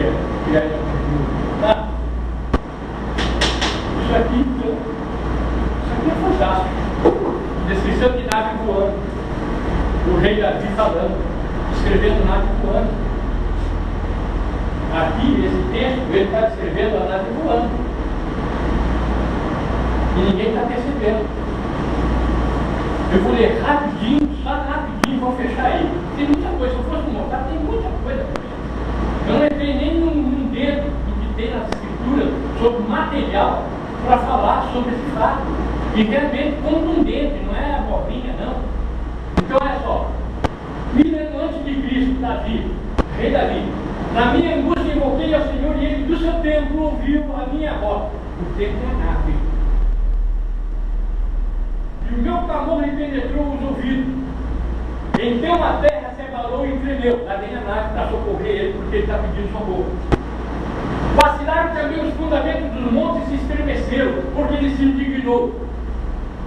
Ele, Davi, como a nave vem produzindo o que eles chamariam de fenômeno, que para nós não é fenômeno, é o barulho que a nave vem produzindo e os efeitos que ela vem produzindo. Então Davi diz assim: o Senhor já vem irado contra os meus inimigos. Mas não é isso, na verdade é o efeito da nave que está sendo produzido. E os textos bíblicos podem provar isso. Entendeu? Mas a gente está entendendo isso, que Deus já vem irado contra os inimigos dele. Então ele diz assim: da sua narina subiu fumaça, e fogo devorador saiu da sua boca. Dele saíram braços ardentes. Nós acabamos de ler essa palavra aqui, em Ezequiel. Ele está descrevendo a nave vindo, soltando fumaça. Olha o livro de Êxodo, havia fumaça, trovões, olha lá. A nave está vindo e vem jogando fumaça. Então ele diz que vem soltando fumaça do nariz. Aí ele vem e diz assim, ó: e fogo devorador da sua boca, armas de destruição, que destruía. Aí ele vem descrevendo. Dele saíram braços ardentes, aquelas luzes que Ezequiel descreveu. E ele vem descrevendo. Baixou ele os céus e desceu a nave. Descendo. E teve sobre os seus pés dessa escuridão, porque era a noite. Cavalga um querubim e voou. Está cavalgando a nave. Sim, levado pelo vento nas asas do vento, como esteve sendo conduzido pelo vento lá em cima, igual Mateus quando você vê. Das trevas fez um manto, cobertura, em que se ocultou. Falei, Deus precisa se ocultar? Mas ele está falando daquele Deus que entra na nave, que antropomorfo, que tem um corpo, e não daquele Deus que é espírito, aquele que ninguém pode ver. Mas aquele que se faz revelar, esse é visível. Gente, e ele está descrevendo tudo que a nave está fazendo, ele reputa como Deus. É dele. É a mesma coisa do que você pegar o seu carro e sair dirigindo e fazendo barbeiragem, acendendo a luz errada, entrando pesqueiro para a direita. Tudo que ele está fazendo no carro é você. Então ele está entendendo que tudo aquilo, como Deus está lá, é dele. Então ele diz que Deus vem soltando fumaça, que Deus vem fazendo isso, que Deus vem fazendo aquilo, que Deus vem baixando. Mas ele está falando a verdade da nave que está trazendo ele. É isso aí. Isso não entendeu. Entendeu?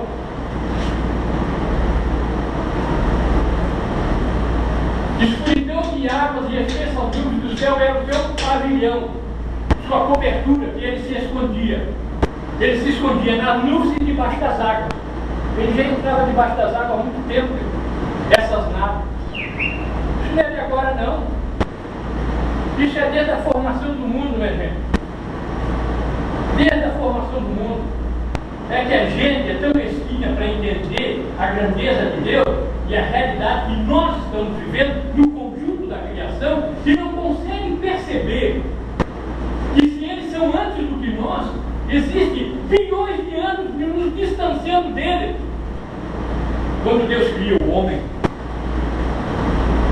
Mas não quando você lê o texto bíblico, você acha que eles estão aqui, ó, 10 dias antes daqui, coisa e tal. Nós vemos também. Só para criar a Terra, quantos bilhões de anos teve? Que eles ensinam aí. Para aparecer o homem, segundo a ciência, quantos anos é que aparece, que aí vai aparecer o homem? Agora imagine o seguinte, ele está formando o planeta Terra. E antes? E o resto do universo? Será que não vamos depois, muito além. Porque o conhecimento que eles têm, tudo isso, está aquém da nossa própria entendimento, porque eles são milhares de milhões de anos além da nossa realidade. Vocês não sabiam que até a ciência é controlada por eles? Leia Daniel 12:4. Sabe uma coisa, Daniel? Nos últimos dias a ciência se multiplicará. O homem correrá de uma parte para outra e o mundo será, subjugado. Está aí o avião fazendo isso. Está aí a ciência evoluindo em todos os campos. Só fala um negócio desse quem tem o controle. Vocês estão entendendo? Vocês estão pensando que Deus está aquém da nossa realidade? Que as coisas que estão acontecendo estão fora do controle dele? Se alguém pensa assim, mude hoje de pensamento, que não é assim não. Tudo que está acontecendo aqui, não há um pardal de luz que não cai aqui, que Deus não saiba. Não há um fio de cabelo na tua cabeça que ele não saiba também quantos tu tem. Está tudo na mão dele, meu filho. A gente é que a gente, na nossa situação, é que a gente se pergunta, porque muitas vezes você está numa situação difícil e você diz assim, poxa, mas Deus não está me vendo? Deus não está me vendo? É natural, porque Deus não está aparecendo para você, aqui sou eu. Mas Deus muitas vezes está agindo de tua forma e tu não está percebendo. Ele está agindo com outras pessoas a teu favor e tu não está percebendo. Porque você só quer o inusitado, o fenômeno. E Deus está agindo em torno de você com seus próprios amigos, fazendo determinada coisa, e você não está percebendo que Deus está agindo a seu favor. A gente só olha coisas boas. Quando você passa por uma dificuldade, você não consegue encarar ela. Mas você não sabe que essa dificuldade, de repente, Deus está permitindo que aconteça na tua vida para dar um salto na tua vida. A gente só vê o que é bom. Não percebe essas coisas. Se eu fosse contar a história de Davi para vocês, vocês iam ver como é que Deus opera na vida das pessoas, usando pessoas do lado. Só na vida de Davi, como referência, eu vejo.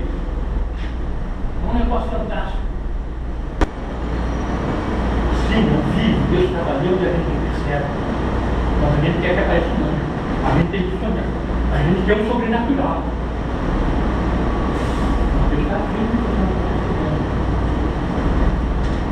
Mas acabamos aqui. Sim, não, olha aqui. Tudo que ele está descrevendo, olha aí. E essa nuvem que se fizeram granito, navegando, trovejou então o Senhor no céu, o Altíssimo levantou a sua voz, houve granizo de traço de fogo, despediu a sua seta, se espalhou nos meus inimigos, eu não pedi socorro, olha aí. Multiplicou seus raios e desbaratou. Você já pensou, por exemplo, naquela época, uma nave aparecer e projetar fachos de luz no meio de uma guerra de exército? O que ia acontecer? Tenta imaginar. Nem que ia sair correndo, rapaz. Pois é, muitas vezes Israel veio a guerra por causa disso. Porque Deus veio a favor de Israel, quando estava pegando para ele, fazia isso. Aí os inimigos se assustavam com aquilo e corriam. Mas Israel não corria porque sabia que era o Deus dele. Sabia que era o Deus dele que estava lutando a favor dele. O profeta já tinha falado isso. O Senhor estará a meu favor. É lá. Aí vinha o que chama o sobrenatural. Sim, para a época deles. Mas para a nossa época hoje nós podemos entender essa verdade. O próprio deserto, né, quando o exército do povo de Israel, né, no deserto, o que tinha? À noite uma coluna de fogo, duas colunas de fogo, e de dia nuvem, para onde eles iam. Né? Para tu ver que até ele estava presente. Porque a nuvem, na verdade, dentro dela tem uma nave. Então, aí que vinha a sombra.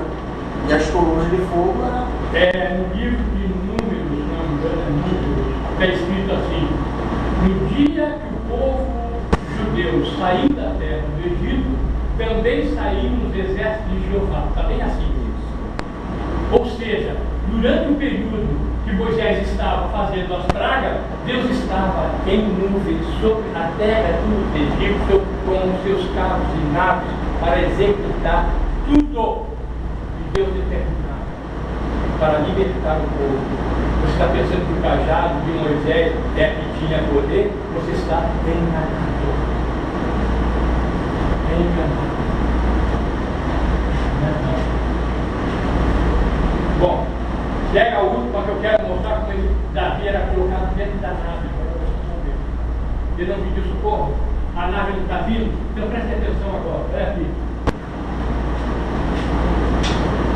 Do alto estendeu ele a mão e me tomou, tirou-me das muitas dificuldades, livrou-me de forte inimigo, que era o rei Saul, e dos que me aborreciam, que eram os puxa-sacos de Saul na nossa linguagem moderna, pois eram mais poderosos do que eu. Assaltaram-me no dia da minha calamidade, das minhas dificuldades, Davi está dizendo. Mas o Senhor me serviu de amparo, me ajudou, trouxe-me para um lugar espaçoso, onde era, livrou-me, porque ele se agradou de mim, retribuiu-me o Senhor segundo a minha justiça, recompensou-me conforme a pureza das minhas mãos. Trouxe-me para um lugar espaçoso. Dentro da nave.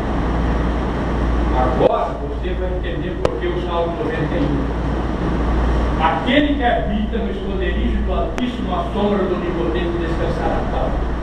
É o verso 1 do Salmo 91. Aquele que habita no esconderijo do Altíssimo, à sombra do Onipotente descansará. Vamos dividir para entender. Aquele que habita no esconderijo, para aí, vamos fazer uma análise crítica, porque é assim que se aprende tudo. Você poderia descrever minha casa sem ter ido lá? Então você só pode descrever minha casa se tu foi no meu esconderijo oculto. Não é verdade? Então olha para ali que tu vai ver. Por que Davi está falando do esconderijo do Altíssimo e quem está lá dentro da nave está seguro? Porque quem está lá dentro da nave não é terreno, é os anjos, mensageiros que estão com ele. E ele que foi colocado lá dentro. Então ele de lá, ele vê toda uma ciência altamente, e ele diz no Salmo 27, uma coisa pedi ao Senhor e buscarei todos os dias da minha vida, que possa eu morar na casa do Senhor. Não está lá isso? Por que ele queria morar todos os dias na casa do Senhor? Porque quando ele era colocado lá dentro, ele não queria sair. Se via uma coisa, pô, que não tinha nem baixo, uma ciência, uma realidade totalmente diferente. Por isso que ele diz isso. E ele disse que era para duas coisas que ele queria ficar lá. A primeira, ser instruído no seu tempo, aprender lá dentro. E a segunda, ver a face do Senhor. Está lá. Olha a Bíblia, Salmo 27, está lá isso aí. Como é que diz que ninguém veio lá? Cheio de texto dizendo que Deus. Eles não entenderam. O Deus que sempre foi visto foi o Deus teofânico, que nós chamamos antropomórfico. Quer dizer, semelhante ao homem. Antropopático. E Deus tirou, e Deus se arrependeu. Ele é semelhante a nós. Porque eu me arrependo, eu me iro. Mas ele também, sim senhor. Sim senhor. E você quer ver um texto interessante que ninguém lê e sai batido? Um texto que não percebe? Quando Satanás veio tentar Adão e Eva lá no paraíso, e Adão disse, não, Deus falou o seguinte, se nós comermos, nós vamos morrer. Aí a serpente falou para Eva assim, nada. Sabe por que ele falou isso aí? Ele falou isso pelo seguinte, porque se você comer esse fruto, você vai ser igual a ele. E certamente não morrerá. Estou dizendo assim, é mentira dele. Aí ela acreditou no que ele falou. Não, é porque você vai ser semelhante a ele. Mas você não vai morrer não. Aí ela pegou no fruto, comeu e levou para Adão. Obviamente o texto não diz, mas ela deve ter falado para Abraão, ó, alguém lá no paraíso, na árvore que estava lá, falou para mim o seguinte, ó, isso aí é a armação desse Deus aí. Porque ele diz bem claro que nada é que se você comer dessa árvore aí, você vai ser igual a ele. Ele não quer que você seja igual a ele, não. E outra coisa, você não vai morrer coisa nenhuma. Foi aí que foi o laço. Entendeu? Satanás age. Vou dizer um negócio de cadeira para vocês. Não é porque eu sou pastor, não. Eu aprendi. Não é questão do pastor. O maligno, ele só age e conquista as pessoas com 50% de verdade e com 50% de mentira. Ele não pode falar 100% de mentira para você, porque senão você não vai engolir. Ele tem que usar 50% de verdade para que você realmente caia nele. Ele não pode usar uma pessoa mentirosa, porque por si só mentirosa ela não conquista o povo. Mas ela tem que usar uma pessoa idônea, respeitada, e jogar 50% de verdade, 50% de mentira, para ela cuspir e as pessoas acreditar nela por causa da sua idoneidade dela. Não foi justo. Nós temos na ufologia um caso desse. Já temos ufologia de um tal de Jean Valjean. É verdade. E falou que Jesus ia vir, não sei o que, Rebeca, como é que vai. É isso? É isso? Mas ele era uma pessoa respeitada, escreveu mais de 30 livros, e não é por questão de escrever livro, era uma pessoa idônea, e é uma pessoa idônea. Só que ele se atropelou porque foi enganado por quem? Você sabe por quem? Por isso que a gente tem que estar atento e olhando. Sabe o que ele disse? Pode pegar na revista de ufologia, eu tenho lá. Ele disse, sabe o que ele disse? Que os mestres dele que falaram para ele aquilo eram os anjos caídos, decaídos, que estavam no livro de Enoque. Você sabia disso? Meu filho, se os anjos são os decaídos, ele já está mais do que decaído, meu filho, porque não são de Deus. Nesse dia, o Petit me chamou para dar 2 palestras no meio deles, para falar o que eu achava sobre o que o Elian falou. E eu falei bem claro para o pessoal: não vai acontecer nada, Jesus não virá. E ele vai terminar se queimando porque está falando mentira.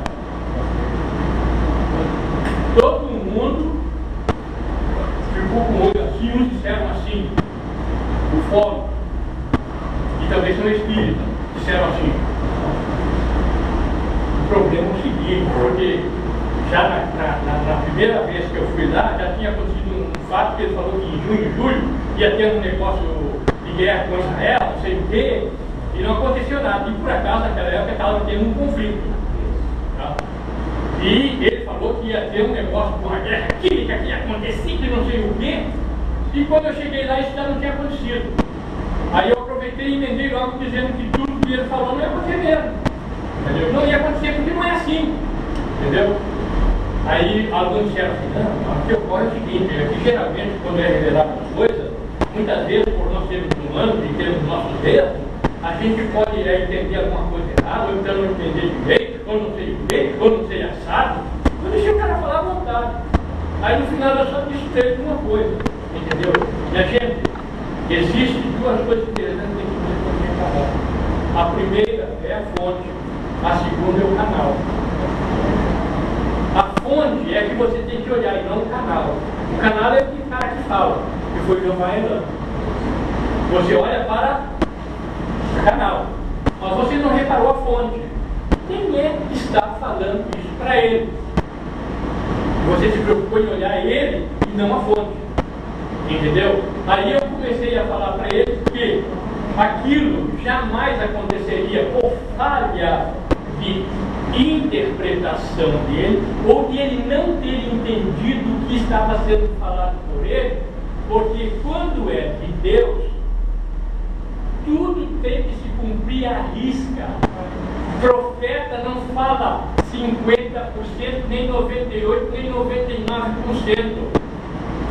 O 100% que ele falou se cumpre à risca. Sabe por quê? Porque não é ele que está fazendo, é o Senhor que está revelando. Assim sucederá tudo. Pode falar. É diferente. E tem que acontecer tudo isso. Então a fonte é essa. Entendeu? E quando eu vi que realmente a fonte dele eram os anjos caídos que estão no livro de Enoque, que é um livro apócrifo, pseudepígrafo. Entendeu? Não é que o livro não tem inspiração, aquele livro tem sim. Ele não foi publicando por outras razões, entendeu? Mas ele falou besteira. E se queimou, como você sabe. Entendeu? Tem muita coisa que a gente podia falar. Mas o tempo foi embora, né? Nós temos que, como Deus ditado, temos que ir embora mesmo. Tá? Então, mas deu para vocês entenderem que realmente a Bíblia está cheia, né, de textos, né, mesmo. Só que as pessoas não estão percebendo isso. Tá? Mas tem citações de coisas trementes sendo realizadas por nada? Tem também. Tem Satanás com os natos? Tem também. Tem guerra cósmica em cima? Tem sim. Tem armas? Tem sim, eu mostro. Para que o Espírito precisa de armas? Você está entendendo? Então, eu agradeço aí, porque a gente já ultrapassou realmente o tempo, né? Nós temos que ir embora. Alguém tem perguntas? Entendeu? Gente, se a gente vai